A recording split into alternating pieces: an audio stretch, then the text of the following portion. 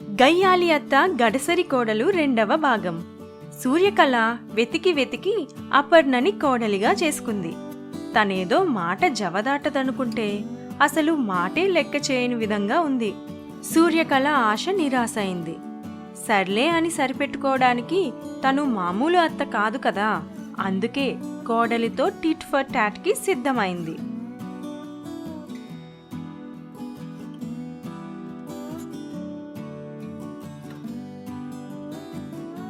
Akhil, evening రెస్టారెంట్కి వెళ్దాం అనుకున్నాంగా, తొందరగా వచ్చే. Okay darling. ఏమిటమ్మాయ్ భర్తని అలా పేరు పెట్టి పిలుస్తున్నావు? మీ అమ్మ నాన్న ఆ మాత్రం మర్యాద నేర్పించలేదా? అమ్మా, అప్పు నన్ను ఎలా పిలిచినా ఓకే. ఈ రోజుల్లో ఇదంతా కామన్. నువ్వివేం పట్టించుకోకు. వీడొకడు అన్నిటికీ తానా అంటే తందానా అంటాడు. అప్పు అట అప్పు, నెత్తి మీద కొప్పేం కాదు. వెళ్ళరా, ముందు ఆఫీస్కెళ్ళు. సర్లే అప్పు, బాయ్. బాయ్ అఖిల్ అంటూ అపర్ణ వాళ్ళత్త వైపో లుక్కేసింది. ఏం మిడిసి పడుతున్నావే? అయినా నిన్నని ఏంటి ప్రయోజనం? పెళ్ళవగానే నా కొడుకుని కొంగుకి ముడేసుకుంది. వాడో తింగరి వెదవా. నువ్వన్నదానికల్లా పల్లాయి పాటం తప్ప తెలివి లేదు దద్దమ్మకి.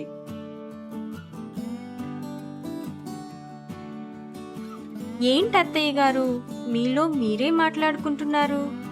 మైండ్ బానే ఉందా, లేదంటే డాక్టర్కి ఏమన్నా చూపించమంటారా? ఏమిటే వాగుతున్నావు? నా మైండ్కేవీ కాలే, ఇప్పుడే బాగా పనిచేస్తుంది. సాయంత్రం హోటల్కి వెళ్ళాలేమోగా, ముందా పని చూసుకో. బానే గుర్తు చేశారత్తయ్య. ముందు వెళ్ళి డ్రెస్, ఆర్నమెంట్స్ అన్నీ రెడీ చేసి పెట్టుకుంటా. అపర్ణ వెళ్ళగానే సూర్యకళ దీర్ఘమైన ఆలోచనలో పడింది. కోడలిని ఎలా అయినా రెస్టారెంట్కి వెళ్లకుండా ఆపాలనుకుంది. వాళ్ళ కార్ డ్రైవర్ని పిలిచి కార్ సర్వీసింగ్కి ఇవ్వమని చెప్పి పంపించింది. అక్కడ జరుగుతున్నదంతా తన భర్త ఆనందరావు పెరట్లో ఉయ్యాల్లో కూర్చుని చూస్తూనే ఉన్నాడు. ఏమే కలా, అమ్మాయి వాళ్ళు బయటికెళ్తానన్నారుగా, కారు ఎందుకని పంపించేశావు? షూ, మెల్లగా మాట్లాడండి. మీ కోడలికి బాగా టెక్కెక్కువ. దాన్ని ఎలా అయినా దించాలనుకుంటున్నాను. మీరు చూసి చూడనట్టు ఊరుకోండి. చూడు కలా, అమ్మాయి చిన్నది, తెలిసి తెలియని తనం. మనమే మెల్లగా నేర్పించుకోవాలి. కానీ ఇదేంటి, ఇలా చేస్తే అమ్మాయి ఏమనుకుంటుంది? అఖిల్ కూడా బాధపడడు.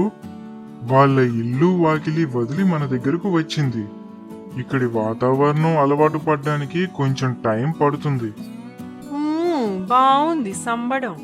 నేను మరి మీ ఇంటికి అలానే వచ్చానుగా, మరి నాకేం టైం ఇవ్వలేదు? మీరు మీ అమ్మ కలిసి నన్నెంత సాధించారు. ఆ రోజులు వేరు, ఈ రోజులు వేరు. ఇక మీ సిద్ధాంతాలు ఆపి వెళ్ళి మీ పనులు చూసుకోండి. ఆడవాళ్ల విషయాలు మీకెందుకు? అపర్ణ తను ఈవినింగ్ వేసుకోవడానికి ఒక డ్రెస్ ఇస్త్రీ చేయాలని టేబుల్ పైన పెట్టి స్నానానికి వెళ్ళింది. ఇంతలో వాళ్ళత్తయ్య అక్కడికి వచ్చింది. చీచి, ఇదేం డ్రెస్సు చండాలంగా ఉంది. ఈ కాలం పిల్లలకి బొత్తిగా బుర్ర పని చేయడం లేదు. ఇంట్లో వేసుకోవాల్సిన బట్టలు బయటకు వేసుకోవడం, ఇక ఇంట్లో అయితే చెప్పక్కర్లేదు. ఏమిటో అంటూ ఇస్త్రీ పెట్టెను ఆన్ చేసి డ్రెస్ పైన పెట్టి వెళ్ళిపోయింది. కాసేపటికి అపర్ణ అక్కడికి వచ్చింది. కాలిపోతున్న తన డ్రెస్ని చూసి, "ఆ, నా డ్రెస్ మొత్తం కాలిపోయింది. అత్తయ్య, అత్తయ్య!"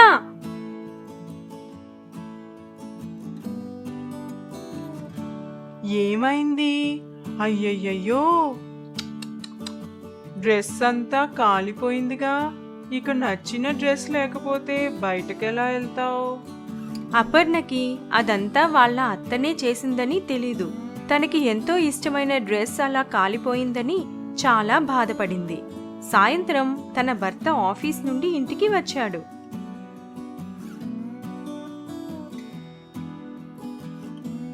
హాయ్ అప్పు, ఏంటి నువ్వింకా రెడీ కాలేదు? అపర్ణ ఏడుస్తూ తన డ్రెస్ చూపిస్తుంది. ఫస్ట్ టైం నేను విన్ అయిన ప్రైజ్ మనీతో కొనుక్కున్నాను. ఈ డ్రెస్ నాకు చాలా ఇంపార్టెంట్. సారీ అప్పు, ఈ రోజు నువ్వు అప్సెట్ గా ఉండటం నాకు ఇష్టం లేదు. మనం ఫస్ట్ టైం బయటకు వెళ్తున్నాం కదా, అందుకే నీకోసం ఏం తెచ్చానో చూడు. Wow Akhil, so beautiful. I love it. నీకు రెడ్ కలర్ ఇష్టం కదా, అందుకే ఇది వేసుకుని రెడీ అవ్వు. కానీ తొందరగా. అఖిల్ ఇంకా అపర్ణ రెడీ అయ్యి కార్ కీస్ కోసం చూస్తే కీస్ కనబడలేదు. అమ్మా, కార్ కీస్ ఎక్కడున్నాయి? నాకేం తెలుసురా, ఉదయం డ్రైవర్ వచ్చి అడిగితే ఇచ్చాను. మేము బయటకు వెళ్ళాలనుకున్నాంగా, ఎందుకు ఇచ్చావు?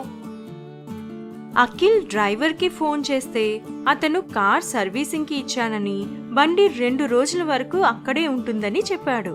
అది విన్న అపర్ణకి ఆ రోజు జరుగుతున్న విషయాలన్నీ ఎవరో కావాలనే చేస్తున్నారని అనిపించింది. అనుమానంగా వాళ్ళ అత్త వైపు చూసింది. ఏమిటమ్మాయి నన్ను చూస్తావ్? నాకేదో మీరు కలిసి వెళ్ళటం ఇష్టం లేనట్టు, నేనే నీ డ్రెస్ని కాల్చినట్టు, ఆ డ్రైవర్కి నేనే చెప్పి పంపినట్టు అలా చూస్తావేంటి? నేనా మాటలేవి అనలేదే. గుమ్మడికాయ దొంగంటే భుజాలు తడుముకోవడం అంటే ఇదేననుకుంటా.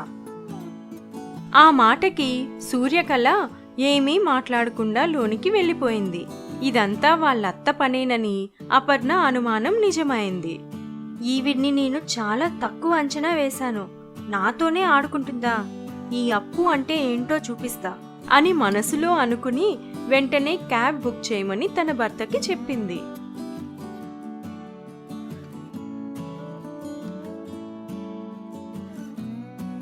అత్తయ్య, ఏంటి మేం వెళ్ళట్లేదని బాధపడుతున్నారా? మన కార్ లేకపోతేయే ఊర్లో ఎన్ని క్యాబ్ సర్వీసెస్ లేవు. మీరు ఓల్డ్ కదా, మీకంత నాలెడ్జ్ ఉండదులేండి. అదిగో కార్ కూడా వచ్చేసింది. మేము వెళ్తున్నాం అత్తయ్య, బాయ్.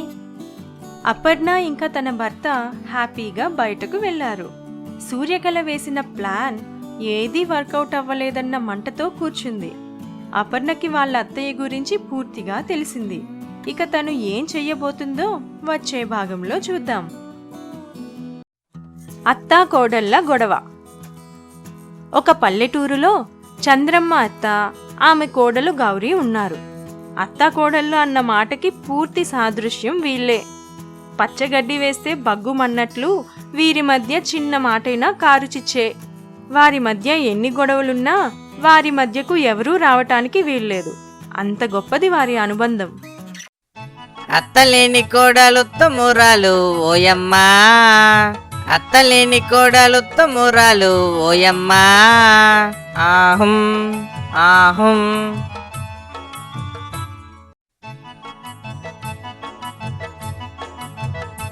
కోడలు లేని అత్త గుణమంతురాలమ్మ, కోడలు లేని అత్త గుణమంతురాలమ్మ, ఆహుం ఆహుం.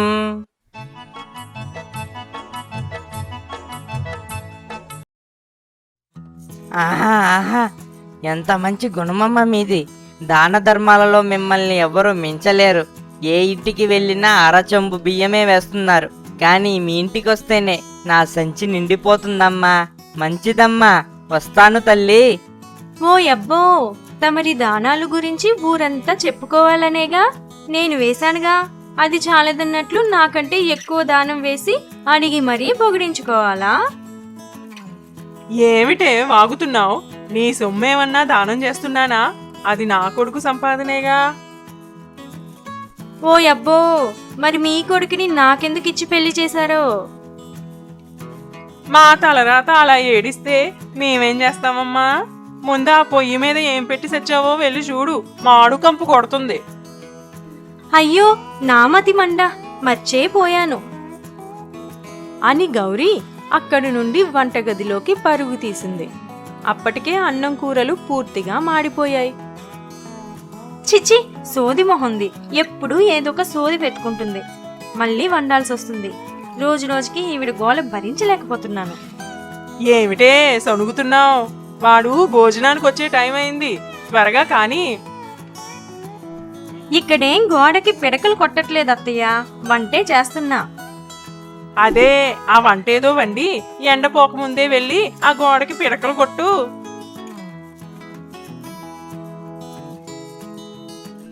అబ్బా, రోజు ఇదో పని. ఇంట్లో గ్యాస్ పొయ్యి ఉందిగా, అయినా ఈ పిడకలు దేనికి అంటే ఒప్పుకోదు. ఏమత్తో ఏంటో. ఏమిటే గౌరీ, ఇంకా కొట్టలేదా పిడకలు? అదే అత్తయ్య, ఎక్కడ కొట్టాలా అని చూస్తున్నా. నిన్ననే వచ్చిందమ్మా కొత్త పెళ్లి కూతురు, ఎక్కడ కొట్టాలో తెలీదట. నా మొహానికి వేసి కొట్టవే.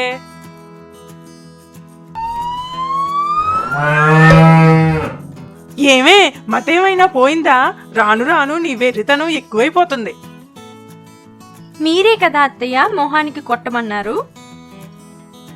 వాళ్ళు ఆ విధంగా వాదించుకుంటూ ఉండగా చంద్రమ్మ కొడుకు జగన్ వచ్చి తన తల్లిని భార్యని శాంతిపరిచాడు. ఇటువంటి గొడవలు వాళ్ళింట్లో సదా మామూలే. ఇదిలా ఉండగా ఆ ఊర్లో 2 రోజులకొకసారి మంచినీళ్ల ట్యాంకర్ వస్తుంది. వచ్చి రాగానే ఆ ఊరి వాళ్ళంతా ఒకేసారి వెళ్ళి వాళ్ళ బిందెల్ని వరుసగా పెడతారు. ఎప్పుడూ నీళ్లు తీసుకురావడానికి గౌరీనే వెళ్ళేది. కాని ఆ రోజు గౌరీ ఏదో పనిలో ఉండటంతో బిందెలు తీసుకుని చంద్రమ్మ వెళ్ళింది. అప్పటికే ట్యాంకర్ ముందు బిందెలు బారులు తీరి ఉన్నాయి. చాలాసేపటికి చంద్రమ్మ వంతు వచ్చింది. తనకి ముందు 4 బిందెలు ఉన్నాయి, కాని మనుషులెవరూ లేరు. ఇంక చంద్రమ్మ ఆ బిందెల్ని పక్కకి నెట్టి తన బిందెల్లో నీళ్లు పట్టుకుంటూ ఉంది.